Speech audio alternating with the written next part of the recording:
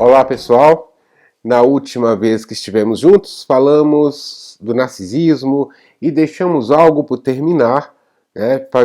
Prometemos aí uma segunda parte desse vídeo e hoje nós vamos seguir então falando da questão do narcisismo. No último vídeo eu falei um pouco da questão da metáfora paterna, da falência na metáfora paterna, que resulta, né, em três vertentes aqui. Uma inserção deficiente no princípio de alteridade, que seria o mesmo inserção na cultura, uma questão com a lei é frágil, não sustenta o sujeito, e a outra questão aqui, falando na inserção do simbólico, na deficiência da inserção no simbólico. E o que vai dar isso? Essa inscrição precária no registro do simbólico, ou seja, no atravessamento da linguagem que possibilita esse sujeito falar, possibilita esse sujeito estar expressando seus sentimentos pela via da palavra, do significante, vai acabar de alguma forma resultando numa forma de comunicação que é o corpo. Então o corpo vai ser o canal de expressão aí daquilo que não pode ser expresso pela via da linguagem. Então esse corpo que passa a ser então a superfície de um mal-estar, mas ao mesmo tempo é o espaço, o campo de intervenções para sair desse mal-estar. Então nós temos um corpo aqui meio paradoxal. É o lugar do mal-estar, ao mesmo tempo é o mesmo espaço para saída, para intervir e sair desse mal-estar. É um corpo que hoje ele é objetivado, ou seja, eu sou um corpo. Se antigamente eu tinha um corpo, hoje eu sou um corpo de excessos, seja excesso de gordura, de curvas, excesso de magreza, mas é um corpo de excessos, sempre. Então é um corpo que precisa ser moldado, trabalhado, quase como uma escultura para ser consumido, para expressar também alguma coisa que possibilite um valor a esse corpo. É um corpo consumível. Falamos também da questão das falhas nesse princípio de alteridade. O que é esse princípio de alteridade? É a minha forma de relação com o outro. Se, de alguma forma, a inserção na cultura falha, o outro, para mim, não é um semelhante. Ele não tem um valor de igual. Ele não é um par.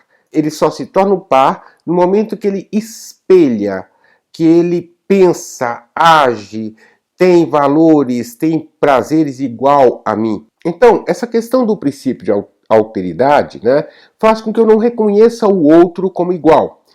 Isso vai me ocasionar, então, um certo aglomerado de pessoas muito iguais, que vão formar aí grupos ou gangues ou sei lá, vamos pensar em aglomerado de identidades e que se fecham ali de tal forma que nada entra. E com isso vai haver então um empobrecimento do psiquismo do sujeito, porque se ele se fecha e é só aquilo que ele espelha que tem a ver com ele, tudo mais que a diferença que possibilita um aprendizado, que possibilita um novo saber, vai ser descartado. Então esse empobrecimento acaba por, de alguma forma, gerar o que vamos dizer de solidão, uma solidão que vivemos hoje nas grandes metrópoles. E para sair da solidão, o que fazemos? Inflamos o ego, né? Então somos poderosos, podemos tudo. Vivemos num mundo onde o prazer é a nossa primazia de todo dia. Temos que ter prazer todo o tempo. Ainda falando nessa questão da falha no princípio de alteridade, nós vamos entender então que o impacto do outro, né, no sujeito vai gerar o quê? Um discurso de ódio. Né? O impacto do outro gera sempre um discurso de ódio. O não reconhecimento desse outro faz com que nos tornemos incapazes de pensar o outro, de reconhecer o sofrimento do outro. E vivemos então numa bolha, essa bolha dos iguais. E dentro dessas bolhas, como eu falei antes, né, dessa desse aglomerado de identidades, uma das saídas que a contemporaneidade propõe seria uma anestesia química, seria a droga, o uso de drogas para, de alguma forma, aplacar um pouco essa dor que é dissimulada com essa defesa aí de um ego inflado. Bom, a questão da lei frágil, desse pai que não se tornou lei, desse pai que não foi o interdito por completo, vai gerar no indivíduo aí uma questão com os limites. Ele não tem e não sabe reconhecer quais são os seus limites. Isso, de alguma forma, vai dizer aí um pouco daquele corpo de excessos. O excesso é aquilo que está além do limite. E esse sujeito, por não reconhecer os seus limites, ele vai, então, todo o tempo beirar aí a invasão, não só dos seus próprios limites, mas também do limite do outro, que não é reconhecido como igual. Quando falamos dessa questão dos limites, hoje a gente tem uma questão que é o que é público e o que é privado. Fica difícil determinar hoje, o que é realmente público e privado, uma vez que o público, tomou conta, invadiu aí o privado. Se pensarmos que hoje as mídias sociais nos expõem de todas as formas possíveis, que as próprias leis, quando pensamos que uma mãe não pode mais repreender de uma forma física o filho no shopping, porque isso vai acabar gerando aí uma denúncia de maltratos, quando na verdade é apenas uma forma de educar. Então, esse público invade o privado o tempo todo. Já não sabemos mais qual é o limite do público e o limite do privado.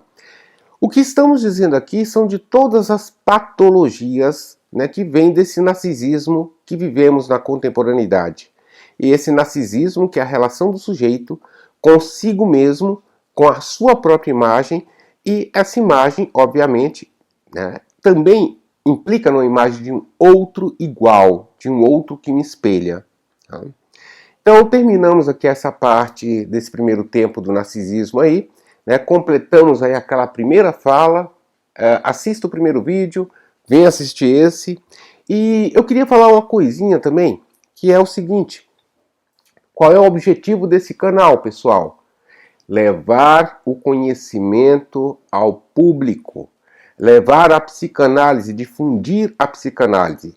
Não é um canal de discussões acadêmicas, de questões mais profundas da psicanálise. Lembrando aqui que não é um canal para discussão acadêmica, discussão mais profundas. Estamos falando aqui de uma forma geral, trocando em miúdos, para que as pessoas que me assistem possam entender. É só esse o objetivo desse canal, não é aprofundar a psicanálise. Para isso nós vamos para as instituições, para as formações, para os cursos mais profundos, ok? Vou recomendar um livrinho para vocês hoje. Joel Birman, O Sujeito na Contemporaneidade. Esse sujeito está de uma forma mais ampla, não é simplesmente o sujeito do inconsciente de Lacan, é também o sujeito de Freud, aquele que é participativo, o autor da ação. Então esse é o sujeito na contemporaneidade do Joel Birman. A editora é a Civilização Brasileira do Rio de Janeiro. Joel Birman, O Sujeito na Contemporaneidade. Quem tiver curiosidade de aprofundar um pouco mais o que eu falei aqui agora, aqui temos uma boa dica. Obrigado.